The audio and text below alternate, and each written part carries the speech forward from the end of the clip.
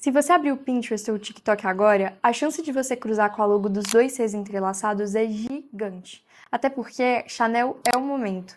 Mas a verdade é que ela é o momento há mais de 100 anos. Isso diz muito sobre a temporalidade da marca. Até porque luxo é isso, não é? Atemporal. Oi, gente, aqui é a Ana Dávila e hoje a gente vai falar da história de como que uma mulher que cresceu num orfanato mudou completamente a história da moda e a forma que a gente se veste hoje. Esquece aquela história de que Chanel é roupa de senhora rica. You have to go. Don't you hustle me out, young lady. This is Chanel. Hoje a gente vai entender de verdade a história por trás da marca, a história dela, a história por trás dos ícones da marca, as polêmicas também e várias curiosidades. Vamos começar entendendo a história da Coco Chanel, ou melhor, Gabrielle Chanel. Os dons dela não se revelaram muito cedo. Na verdade, ela tinha contra si praticamente tudo que você pode imaginar. Ela nasceu em Saumur, numa cidadezinha lá no interior da França. E quando isso aconteceu, os pais dela não eram casados, o que na época isso podia, destruir com a vida de uma pessoa. Ela recebeu o nome Chanel em homenagem à enfermeira que fez o parto, porque parece que na hora a mãe dela não estava com muita criatividade e fez essa homenagem. Mas você sabia que o nome dela foi escrito errado na certidão de nascimento? Ela ficou registrada como Chasnel. Antes do nascimento da Chanel, um ano antes, os pais dela já tinham tido uma filha. Mas depois do nascimento dela, eles ainda tiveram muitos outros filhos, só que a mãe dela, provavelmente sofrendo de tuberculose, faleceu com mais ou menos ali uns 26, 32 anos. Há relatos de que quando isso aconteceu, a Chanel tinha 6 anos de idade, ou por volta ali dos 11, 12. Depois da morte da mãe da Chanel, o pai dela colocou os 5 filhos na casa da mãe dele em Vichy. Só que a avó dela já tinha filhos, então para ela ficou muito complicada conseguir lidar com aquele tanto de criança. Então o que aconteceu? Os irmãos foram para uma fazenda e a Chanel e suas irmãs foram para um orfanato liderado por freiras. Só que a Chanel e as irmãs tinham uma vida ainda pior do que as outras meninas no orfanato. Porque enquanto as outras meninas tinham famílias grandes que conseguiam pagar por alguns benefícios, a Chanel e as irmãs dela não tinham família. Então eles não tinham condição de pagar por esses benefícios. Elas tinham que dormir em quartos gelados, não tinham aquecimento, comiam mingau frio. Eu tô contando essa parte triste da história da Chanel para vocês conseguirem entender algumas características tanto da marca quanto da pessoa dela. Porque essa história, né, desse curto período da infância dela refletiu muito em quem ela é.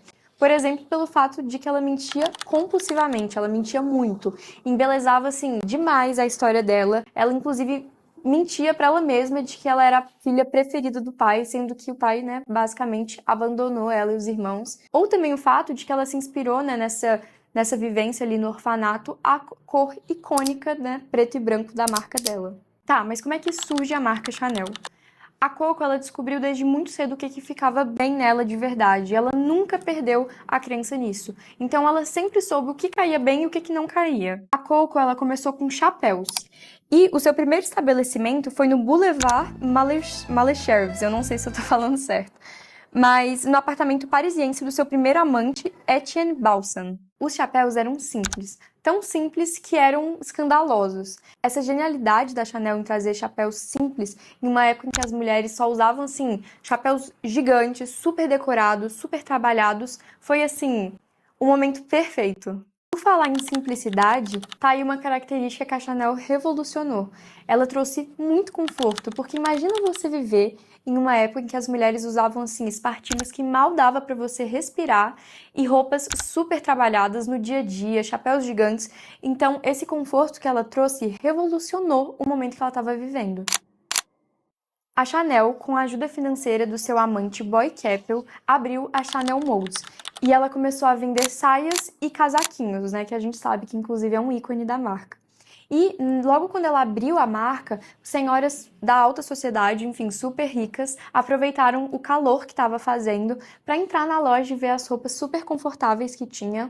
E foi uma revolução.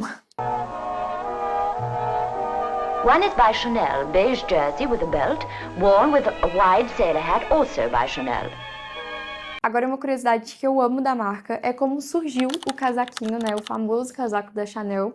Ela estava andando com o namorado dela e pediu o pullover dele emprestado. Só que para vestir ele, ela ia ter que tirar o chapéu dela. Ela achou isso muito chato, então ela pegou uma tesoura e cortou o casaco ao meio e vestiu. Depois colocou um cinto. Agora, de onde ela tirou a tesoura e o cinto, a gente não sabe.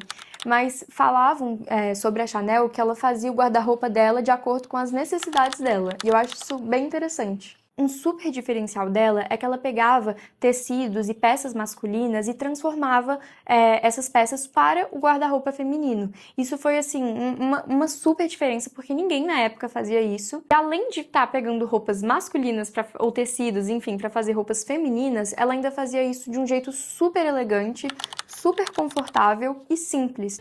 She made the front page of magazines worldwide. The clients followed. The most beautiful women were soon seen wearing the Chanel jacket. Brigitte Bardot, Grace Kelly, Romy Schneider. The jacket became the fashion essential. Gente, vocês sabiam que a Chanel ela era uma péssima costureira? E além de não saber costurar, ela era péssima desenhista. Tem até uns boatos de que ela não sabia nem ler e escrever. E, inclusive, ela, para montar as roupas da marca, ela fazia no próprio corpo da modelo. Uma coisa que ela era muito boa era ensinar os outros. Então, ela conseguia ditar para as desenhistas, enfim, o que ela queria, mas, assim, ela era péssima no desenho.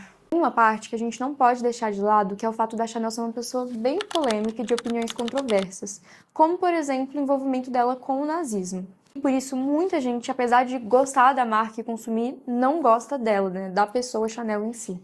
Mas agora a gente vai focar na marca mesmo dela. Tem uma frase icônica que ela diz que é: a moda passa e o estilo permanece, e eu sou o estilo. Vamos aos ícones da marca, que é assim o sonho de toda garota ter. Vamos começar pelo Little Black Dress, ou o vestidinho preto.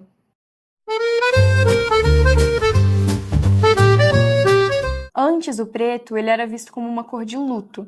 E a Chanel pegou essa cor e trouxe para um símbolo de sofisticação e mistério.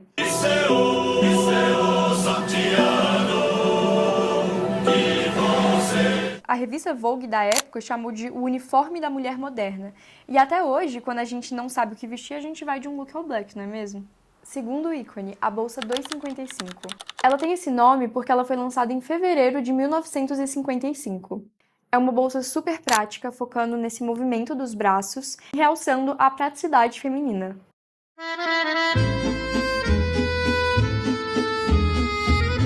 O perfume número 5 da Chanel é, assim, um ícone que também não dá pra deixar de lado. Ele tem essa forma super geométrica, super diferente dos perfumes da época, que eram todos cheios de detalhes e coisas, enfim, ele era bem simples.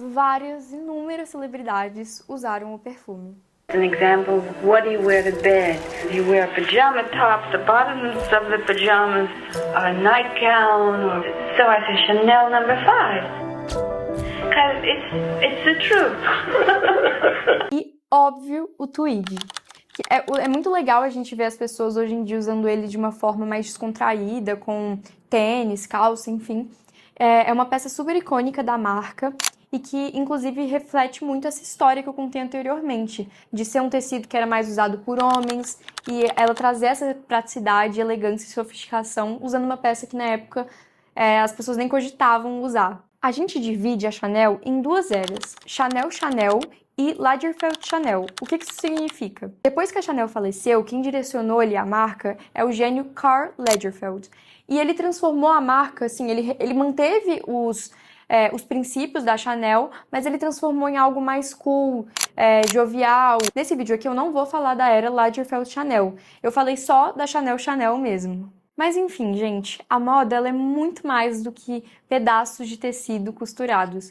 Ela é história, arquitetura, política, arte, enfim, muita coisa.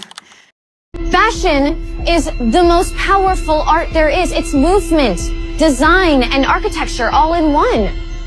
E se você, assim como eu, também é apaixonada por moda, eu vou indicar aqui para vocês 2 livros, que é o Absolutamente Chanel e o Evangelho de Coco Chanel. São livros muito interessantes.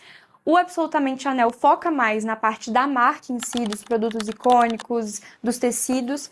E o Absolutamente Chanel foca mais na biografia dela e em várias curiosidades e coisas que eu acho que você não encontra em outro livro tão fácil. Mas e você? Se você pudesse ter qualquer peça icônica da Chanel, qual que você teria? Me conta aqui nos comentários que eu quero muito saber. Aproveita e dá o like nesse vídeo, se inscreve aqui no canal. E eu tô muito feliz de estar começando aqui no YouTube. Beijo!